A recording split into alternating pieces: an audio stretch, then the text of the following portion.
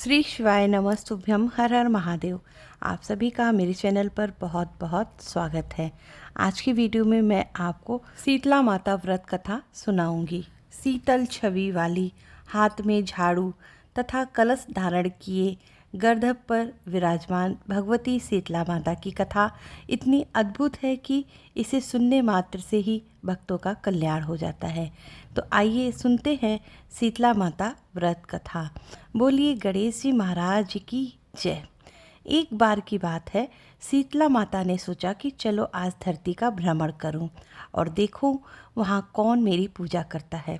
यह सोचकर शीतला माता राजस्थान के एक गांव डूंगरी में आई और उन्होंने देखा कि उस गांव में उनका कोई भी मंदिर नहीं है और ना ही कोई उनकी पूजा करता है। यही सोचते हुए माता शीतला गांव की गलियों में घूम रही थी। तभी एक घर के ऊपर से किसी ने चावल का खौलता पानी नीचे फेंका। वह गर्म पानी सीधा माता शीतला के ऊपर जा गिरा, जिससे माता के शरीर में बेहद दर्द भरे छाले पड़ गए और उनके पूरे शरीर में तेज जलन होने लगी।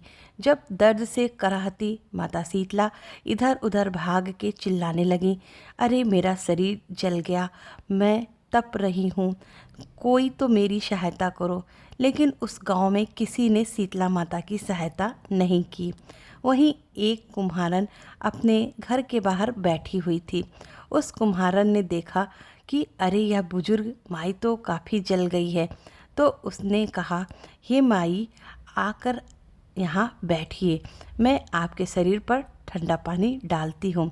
ऐसा कहते हुए कुम्हारन ने बुजुर्ग माई पर ठंडा पानी डाला और बोली, हे माई मेरे घर में रबड़ी रखी है और थोड़ी सी दही भी है, आप खा लें, इससे आपको राहत मिलेगी।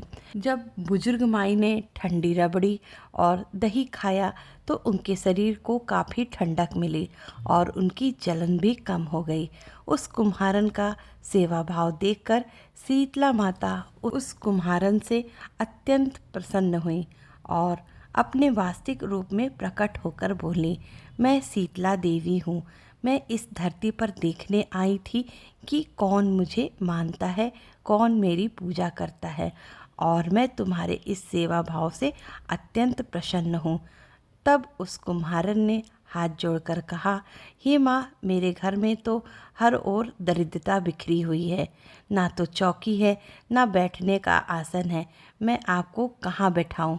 यह सुनकर शीतला माता उस कुम्हारन के घर के बाहर खड़े गधे पर बैठ गई और माँ ने एक हाथ में झाड़ू दूसरे हाथ में डलिया लेकर उस कुम्हारन के घर की संपूर्ण दरिद्रता को झाड़कर डलिये में भरकर फेंक दिया।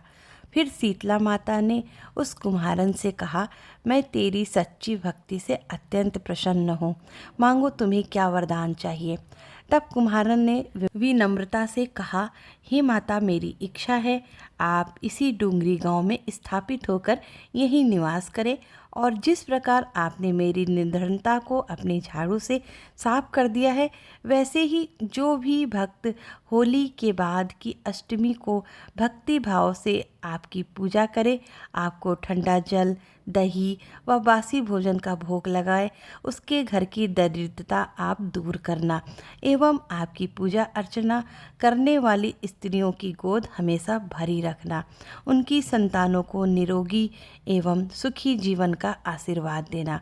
तब शीतला माता ने तथास्तु कहते हुए उस कुम्हारन की इच्छा को पूर्ण की। मान्यताओं के अनुसार उसी दिन से डूंगरी गांव में माता शीतला सदा के लिए विराजमान हो गई और इसके बाद वह गांव सील की डूंगरी के नाम से जाना जाने लगा। तो भक्तों, ये थी शीतला माता की कथा। आप शीतला माँ की पूजा के समय इस कथा को अवश्य सुने। आपके समस्त कष्टों, रोगों एवं निर्धनता रूपी असुर का संहार कर माता शीतला आपका कल्याण करेंगी। तो बोलिए शीतला माता की जय।